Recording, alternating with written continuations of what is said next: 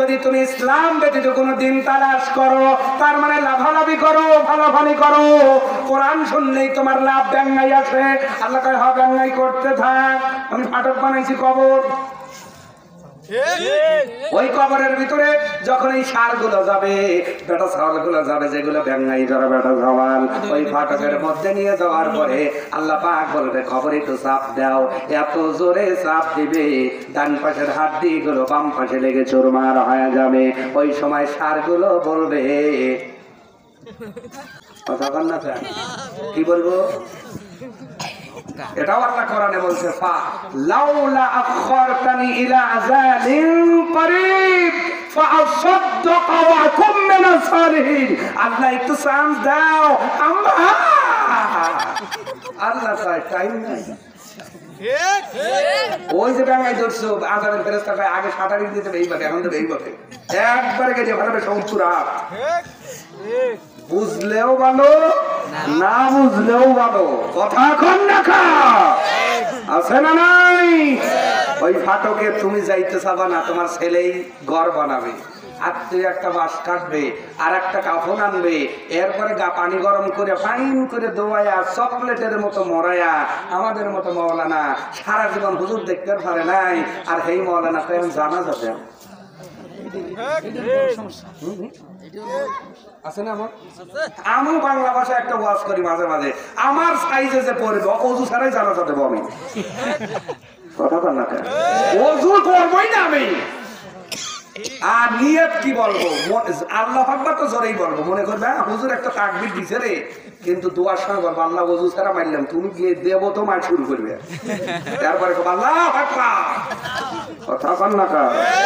অতএব আলেম দেখে চোখ বিজ্ঞায়ও না, ওস্তাদের মাঠ, ওস্তাদের মাঠ। এই জন্য ইসলামটারে তালাশ করেন। নামাজে যাওয়ার পূর্বে ডিউটি আছে 6টা, আওয়াজ বাড়িয়ে বলেন কয়টা? নামাজে ঢোকার পূর্বে আল্লাহ ডিউটি দিয়েছেন 6টা। সূরার নাম বাকারা, আয়াত নাম্বার 83। আল্লাহ পাক বলেন আমি 6টা ওয়াদা নিলাম, এরপরে বললাম আকিমিস সালাহ, নামাজ কায়েম করো। এর ভিতরে 1 নাম্বার হলো আল্লাহ ছাড়া কারো ইবাদত করা যাবে না, 2 নাম্বার পিতা মাতার খবর, 3 নাম্বার প্রতিবেশী সন্তুষ্ট করা লাগবে, 4 নাম্বার ইতিমের মাথা মানে ইতিমদের ভালোবাসা লাগবে, 5 নাম্বার মিসকিনদের খোঁজ খবর নেওয়া লাগবে, 6 নাম্বার হলো ওয়াকুলু লিন্নাসি হুসনা, মানুষের সঙ্গে সুন্দর করে কথা বলে মসজিদে ঢোকো। আজকে আমি মসজিদে যাওয়ার পূর্বেই অনেকেই গালি দিয়ে আসে না নাই, তার মানে আপনি মসজিদে যাওয়ার পূর্বে আল্লাহর হুকুম মানতে চাইতেছেন, যাওয়ার আগে আর একটা ভঙ্গ করলেন। বলেন তো দেখি আল্লাহর সবগুলো হুকুম মানা কি? আরো ধরে। কিন্তু মসজিদে যাওয়ার পূর্বে আপনি একটা অমান্য করলেন, আর আল্লাহকে বললেন ইক্তিদাই তুমি হাজাল ইমাম, আল্লাহু আকবার। আল্লাহ কয় আমারে বড় মানলি মসজিদে, কিন্তু ওই রাস্তায় কেন আমারে বড় মানলি না? আমার কথা কেন তোর কাছে ওই যে মটকার মতো মনে হইল? ও বান্দা বান্দি, মানুষের সঙ্গে সুন্দর করে কথা বলো।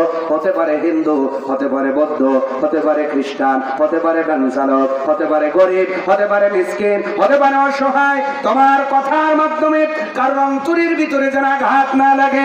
আজকে আঘাত দিয়ে কথা বলার লোক আছে না নাই? গালিগালাজ করার লোক আছে না নাই? সূরার নাম বাকারা, আয়াত নাম্বার 83। আল্লাহর কসম, তুমি যদি বাইতুল্লাহর ভিতরেও নামাজ পড়ো, 1 রাকাত নামাজ কবুল হবে। ভেজাল গুলো বলে দেখতেছি, কারণ ভেজাল চাইলেই আপনি সঠিক। এই জন্য ভেজাল দিকগুলো তুলে ধরার দরকার আছে না নাই? তাহলে নামাজে যাওয়ার পূর্বে ডিউটি কয়টা? লা তা'বুদুনা ইল্লাল্লাহ। 1 নাম্বার হলো আল্লাহ ছাড়া কারো ইবাদত করা যাবে না। ইসলামে আসলে শান্তি আছে না নাই? ইসলামে শান্তি আছে না নাই?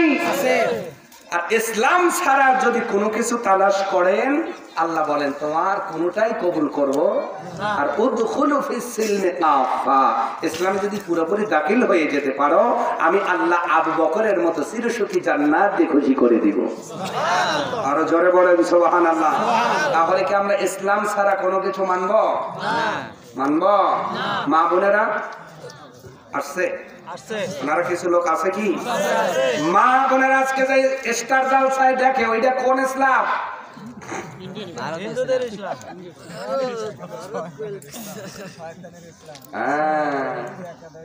কিন্তু এখন টিভি না দিলে বিয়েই হয় না। কথা বল না, ওই সাল বিয়ে করে বরবার টিভি নাই। মিয়ার আগে মিয়ার মা ওয়ার আছে, বিয়ে বাড়ি যাবো মাসে একবার, যা টিভিটা দেখু সিরিয়ালে পাগল হলো সারা জামানা, নামাজ ভোলে কিন্তু সিরিয়াল দেখতে ভোলে না, নামাজ ভোলে কিন্তু সিরিয়াল দেখতে ভোলে না। আমার নতুন ভাবি ভাইকে ছাড়তে রাজি, তবু ভাবি সিরিয়াল দেখা ছাড়তে পারে না।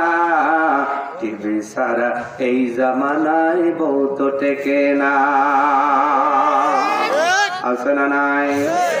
এমন মহিলা আছে টিভি চালু করে দিয়ে ওযু করে আসে, নাটকের সামনে বসে গেছে, নাটক চলতে চলতে যখন অ্যাডভার্টাইজ দেয় তখন নামাজে যায় আর বারে বারে চিন্তা করে শুরু হয়ে গেল, শুরু হয়ে গেল, শুরু হয়ে গেল।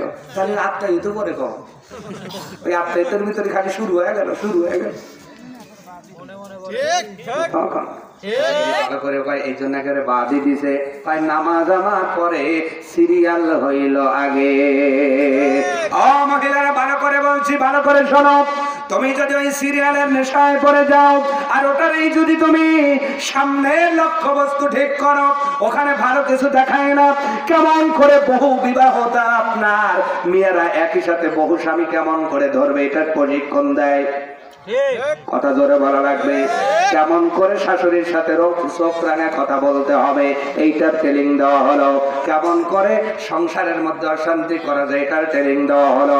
আজকে যারা সামনে ওইটাকে লক্ষ্য করে চলবে, ওই মহিলাদের কোনো আমল আমার মালিকের দরবারে কবুল হবে না। আমার বাইরে ইসলামে চলে আসেন, শান্তি দেবেন কে? ইসলাম কবুল করেছিল আমার নবীর চাচা আব্বাস ইবনে আব্দুল মুত্তালিব, যিনি বদর যুদ্ধের আগ পর্যন্ত ইসলাম গ্রহণ করেন নাই, কিন্তু শুধুমাত্র ইসলামের ছায়া তলে আসার কারণে আল্লাহ পাক ডেকে বলেন, ইন্নাদ-দীনা ইনদাল্লাহিল ইসলাম। আমার কাছে মনোনীত দিনের ব্যবস্থার নাম হলো ইসলাম। আর যারা এই ইসলামটা মেনে মুসলিম হবে, আমি আল্লাহ তাদের জন্য সফলতার জীবন রেখে দিয়েছি। আমার ভাইয়েরা, যারাই বারে বারে নবীজির হাতে কলেমা পড়ে মুসলমান হয়েছেন, নবী তো এখন নাই। আল্লাহর নবী বলে গেছেন, ইন্নাল উলামা ওয়ারাসাতুল আম্বিয়া, আলেমরা হলো নবীর ওয়ারিস। কিন্তু কোন আলেমগুলো নবীর ওয়ারিস, এর বৈশিষ্ট্য আছে না নাই? যেই আলেমের ভিতরে 4টা গুণ পাবেন সে হলো নবীর বংশ, নবীর ওয়ারিস।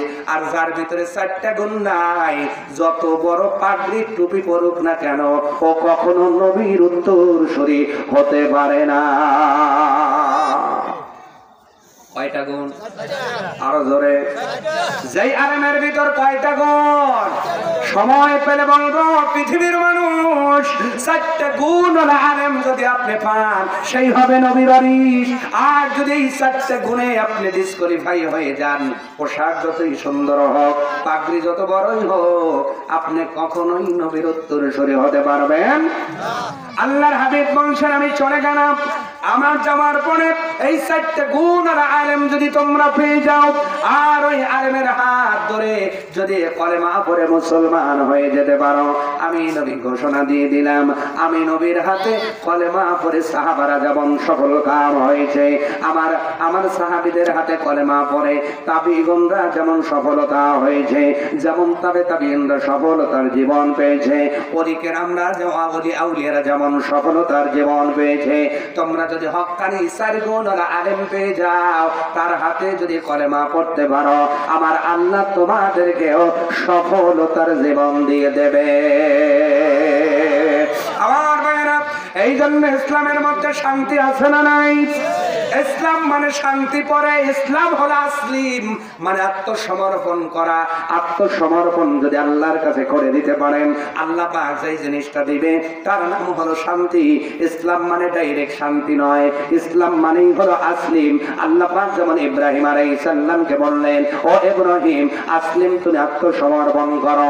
সন্তান আল্লাহ 80 বছর বয়স দিয়েছেন, বেটা দেওয়ার পর আল্লাহ পাক বললেন, আসলিম, ও ইব্রাহিম এবার তুমি আত্মসমর্পণ করো। আল্লাহ পাকের পয়গম্বর ইব্রাহিম খলিলুল্লাহ ডাক দিয়ে বললেন, আল্লাহ আমি তো আত্মসমর্পণ করি, আপনার কাছেই করে। আল্লাহ পাক ডেকে বললেন, না রে না, ও ইব্রাহিম সন্তান দেওয়ার পূর্বে যেমন মনোযোগ দিয়ে আমার কাছে আত্মসমর্পণ করেছ, সন্তান দেওয়ার পরে তোমার মনোযোগের মধ্যে ঘাটতি হয়ে গেছে, এমন সন্তানওয়ালা বেটাওয়ালা মুসলমান আমাদের ভিতরে আছে না নাই? ইয়া আইয়ুহাল্লাযীনা আমানু লা তুলহিকুম আমওয়ালুকুম ওয়ালা আওলাদুকুম আন যিকরিল্লাহ ওয়া মান ইয়াফআল যালিকা ফাউলাইকা হুমুল খাসিরুন। আল্লাহ পাক বলেন, ও ঈমানদারেরা, তোমার সন্তান আর তোমার টাকা পয়সা সম্পদ আল্লাহর স্মরণ থেকে তোমার যেন গাফিল না করে। ইব্রাহিম পয়গম্বর ইসমাইলকে পাওয়ার পরে আল্লাহ পাক ডেকে বললেন, আসলিম, আত্মসমর্পণ করো। ইব্রাহিম আলাইহিস সালাম বললেন, আল্লাহ করছি তো। আল্লাহ কয়, না, আগের তার মতো হয় নাই। তার মানে ইব্রাহিম আলাইহিস সালামের মনের ভিতরে নামাজের মধ্যেও সন্তানের মহব্বত ঢুকেছে। আপনার ভিতরে আছে না? নামাজও পরে জমির হিসাব করে, কথা বলে না, নামাজও পরে আইন ঠিক করে। একজন স্বামী নামাজে সেজদা দিছে, আধা ঘন্টা ওঠে না। স্ত্রী চিন্তা করলো, কি স্বামী আমি পাইছি, এক সেজদায় আধা ঘন্টা। কিছু সময় পর যেন আওয়াজ আইতেছে, 1.5 টাকা 1.5 টাকা। স্ত্রী ডাইকে বলে, ব্যাপার কি রে? সুবহানাল্লাহ, সুবহান রাব্বিয়াল আলা বলবে। আমার স্বামী বলে, 1.5 টাকা, ব্যাপার কি? এবার যখন গুতা দিছে, ও অমকের বাপ, নামাজের তাসবিহ তো সুবহানা রাব্বিয়াল আলা, আর তুমি বলো 1.5 টাকা। বুঝলাম না। স্বামী বলে, আমি মুদির দোকানদার, তুই বুঝলি না? আমি নামাজের সেজদায় চলে যাওয়ার পরে আমি হিসাব করে দেখি আমার ক্যাশে 1.5 টাকা মেলে নাই। হাসার খোরাকি দেয় নাই, এমন নামাজি আছে না নাই? নামাজের ধ্যান গনে, নামাজ পরে ঠাকুরের খবর রাখে, নামাজ পরে মশা মারে, আছে না না? ফাওয়াইলুল লিল মুসাল্লিন।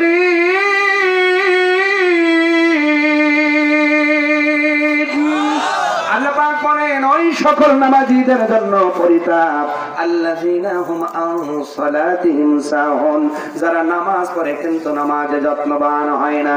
এই জন্য ইসলামটা তোমারে শিখাইছে নামাজে কেমনে দাঁড়ান লাগবে, নামাজে কেমন করে রুকু করতে হবে, নামাজে কেমন করে সামি আল্লাহু লিমান হামিদা ও রব্বানা লাকাল হামদ হামদান কাসীরান তাইয়িবান মুবারাকান ফীহি।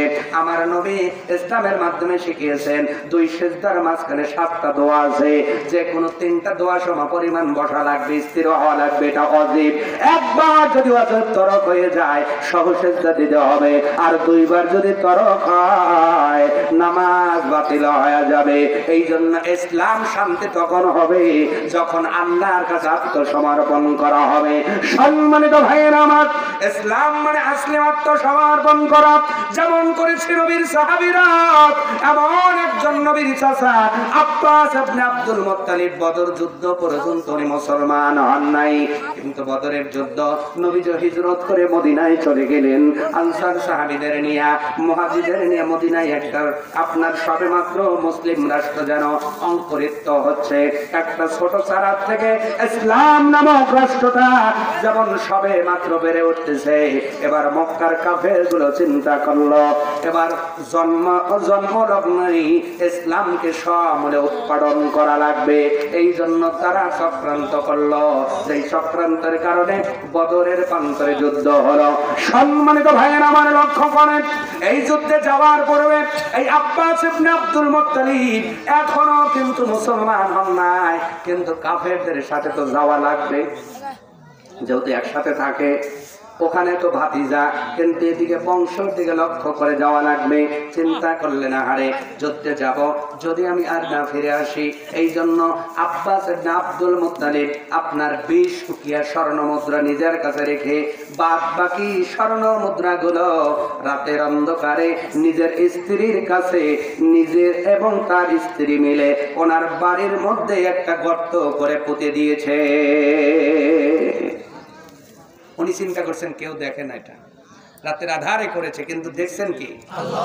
আসতে বলে আরো জোরে, আল্লাহু সামিউম বাসীর।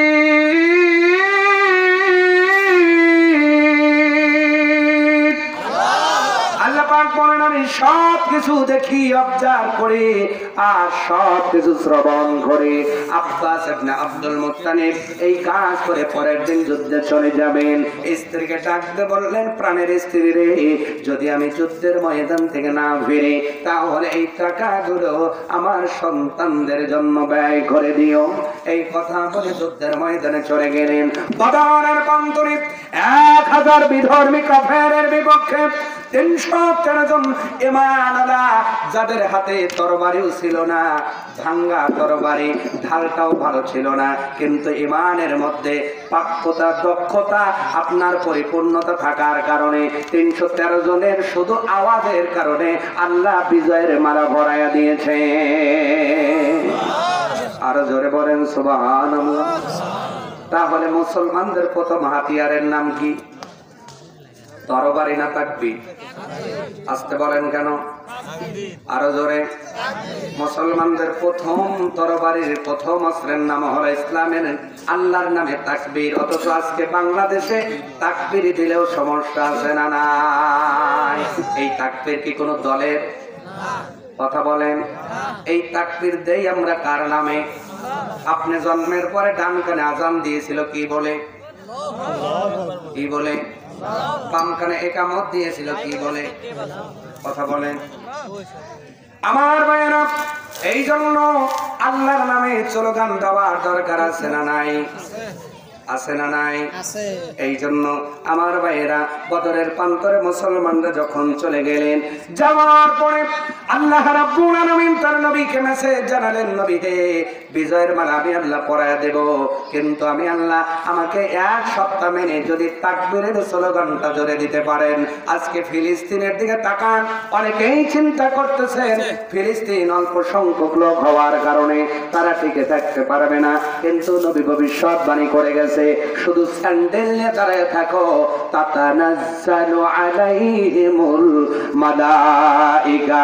আমি আল্লাহ বদরের প্রান্তরে মুসলমানদের যেমন সাহায্য করেছিলাম, আমি উহুদের প্রান্তরে যেমন সাহায্য করেছিলাম, আমি আল্লাহ আমার এই ফিলিস্তিনের বুকেও ফেরেশতা নাযিল করে দিব। আল্লাহু আকবার। আল্লাহর ব্যাংকে ফেরেশতা কম পড়ে নাই, আল্লাহর আন্ডারে বাহিনীর কম পড়ে নাই। এই জন্য ঈমানটারে সঠিক রাখার দরকার আছে না নাই? বদরের প্রান্তরে যুদ্ধ শুরু হয়ে গেল। আপনার যুদ্ধের পরে কিছু আপনার আবার 70 জন সাহাবী শাহাদাত বরণ করলেন। অপক্ষান্তরে কাফেরদের 70 জনকে বন্দী করা হলো। এই বন্দির মধ্যে নবীর চাচা আব্বাস ইবনে আব্দুল মুত্তালিব আছে। বন্দী হয়ে যাওয়ার পরে, মদিনায় যাওয়ার পরে মীমাংসা হলো, আপনার মিটিং বসলো কি করা যায়। ওমর ফারুক বললেন, ইয়া রাসূলুল্লাহ, খুন কা বদলা খুন। এই কাফেরের বাচ্চাগুলো যেমন করে আমার মুসলমান ভাইরা হত্যা করেছে। আল্লাহর নবীর একজন সাহাবী ডাকতে বললেন, ওমর রে, এর ভিতরে তোমার ভাই আছে, তোমার চাচা আছে, তোমার আত্মীয় আছে, কেন তুমি কাফেরের বাচ্চাগুলো বলে গালি দিলা? ওমর ডেকে বলে, ইসলাম না মানলে আমি কোনো ভাইকে চিনি না, আর ইসলাম মানলে দূর দেশের মানুষও ভাই হয়ে যায়। তাহলে আমরা ভাই বলবো তাকে ইসলাম যিনি মানবেন, ঠিক কিনা? আর আমার নিজের ভাই ইসলাম না মানলে ও ভাই ভাই বলে পরিচয় দিয়ে কোনো লাভ নাই। ওমর ডাকতে বললেন, রাসূলুল্লাহ খুন কা বদলা খুন। ওরা যেমন হত্যা করেছে ৭০ জনকে হত্যা করব। হযরত আবু বকর সিদ্দিক নরম মনের সাহাবী ডাকতে বললেন, ইয়া রাসূলুল্লাহ, ইসলাম এখন সবেমাত্র অক্ষরিত হচ্ছে, এমন এখন আমাদের অর্থনৈতিক অবস্থা অত্যন্ত লাজুক, অত্যন্ত দুর্বল, কিছু টাকার ঘাটতি, টাকা লাগবে। অতএব আমরা যদি মুক্তিপণ নিয়ে এদের ছেড়ে দেই তাহলে ইসলাম একটু স্বাবলম্বী হবে, দাঁড়াতে পারবে। আল্লাহ রাব্বুল আলামিন বললেন, ওগো আমার পয়গম্বর, ওগো নবী, ওগো হাবিব, আমি আল্লাহ ওমরের মতটা পছন্দ করেছিলাম, কিন্তু যেহেতু আপনি পরামর্শ করে কাজ করেছেন, একা সিদ্ধান্ত নেন নাই, এই জন্য আমি আল্লাহ ওই ডিসিশনের ভিতরে বরকত দিয়ে দিয়েছি। এই জন্য পরামর্শ করার দরকার আছে না নাই? একা একা পরামর্শ করবেন না। এমনও মানুষ আছে পরিবারের সাথে পরামর্শ না কইরেই হুটহাট অনেক কাজ করে। কথা বলেন। এই জন্য মাঝে মাঝে বয়া করার শখ হয়। এই জন্য এক পাতিলের ভাত যারা খান এরা বেশি বেশি পরামর্শ করবেন, একটা ছোট কাজ করবেন, তাও বসবেন, বসে মাশওয়ারা করবেন, বরকত দিবেন কি? মাশওয়ারায় বরকত দেন কে? মাশওয়ারা করা আল্লাহর আদেশ, নবীদের সুন্নাহ। সুবহানাল্লাহ বলেন। মাশওয়ারা করবেন তো ইনশাআল্লাহ। মসজিদের হোক, পরিবারের হোক, যে কোনো সমাজের হোক, বাড়ির হোক, যে কোনো বিষয়ে পরামর্শ করব ইনশাআল্লাহ। আল্লাহ রাব্বুল আলামিন বলেন, আমি ওমরের মতটা পছন্দ করেছিলাম, কিন্তু মানুষ মাশওয়ারা করার কারণে আমি আল্লাহ আবু বকরের মতের ভিতরে বরকত দিয়ে দিয়েছি। এবার মুক্তিপণ নেওয়া হবে। আমার নবী বন্দীদের ভিতরে যখন নজর বোলালেন, তাকায় দেখেন ওই বন্দীদের মধ্যে চাচা আব্বাস ইবনে আব্দুল মুত্তালিবকেও দেখা যায়। সুবহানাল্লাহ। উনি ওনার সাথে আব্বাস ইবনে আব্দুল মুত্তালিবের দুইজন ভাতিজাও বন্দী হয়েছে। তার মানে মুহাম্মদ সাল্লাল্লাহু আলাইহি সাল্লামের ভাই। কি ভাই? আব্বাস ইবনে আব্দুল মুত্তালিব যেমন ওনার ভাতিজা মুহাম্মদ, তাহলে ওনার ভাতিজা হলে ইনিও ভাতিজা, উনিও কি দুইজন ভাতিজা। বন্দী হওয়ার পরে নবীজি বলছেন, চাচা খবর কি? ভাতিজা এই তো খবর, দেখতেই চাও, সেটা তো দেব, মুক্তিপণ দেওয়া লাগবে। এখন আব্বাস ইবনে আব্দুল মুত্তালিব বলছে, ভাতিজা মুক্তিপণ দেবে, এত টাকা পারবো কই? নবী বলছেন, কেন? রাতের আধারে। সুবহানাল্লাহ। আরো জোরে। নবী কি বলে? রাতের আধারে।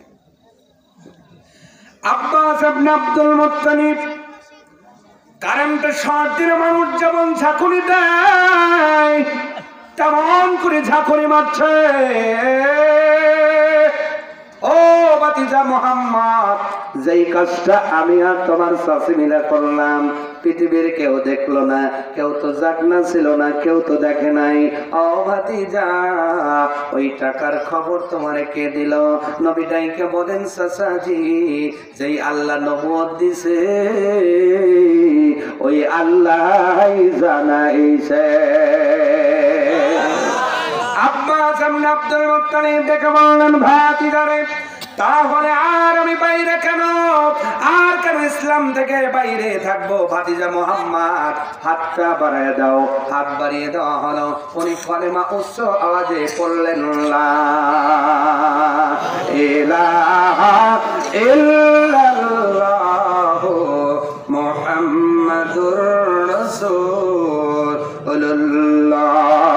সাল্লাল্লাহু আলাইহি ওয়াসাল্লাম, আশহাদু আল্লা ইলাহা ইল্লাল্লাহু ওয়াহদাহু লা শারীকা লাহু ওয়া আশহাদু আন্না মুহাম্মাদান আবদুহু ওয়া রাসূলুহু।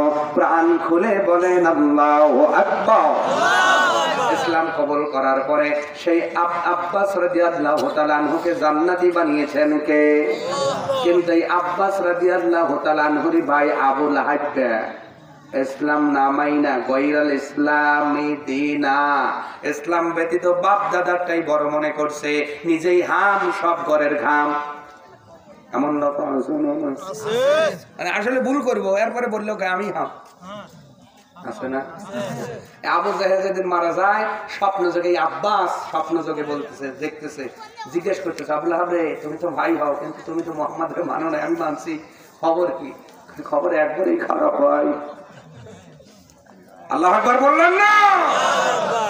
একই বাবার ঔরসে জন্ম, একজন ইসলাম মানলো আর একজন মানলো না, একজন নবীর হাতে কলেমা পড়লো আর একজন পড়লো না, একজন খাইবো জান্নাতের মিষ্টি আর একজনের বাদাম পেটা এখনো করতেছে, কিয়ামত পর্যন্ত করবে। কথা কন? তাহলে আপনারা ইসলামে আছেন তো ইনশাআল্লাহ? কারা কারা ইসলাম মানবেন? লিল্লাহি তাকবীর, লিল্লাহি তাকবীর। হাত নামায় বলেন আমিন। আমরা ইসলাম মেনে কবরে যেতে চাই, আল্লাহ কবুল করুক। সকলে বলেন আমিন। ইসলামের দাওয়াত আমরা দিতে যে মাঝে মাঝে অনেক বিপদ আপদের সম্মুখীন হই। গত এই যে আজকে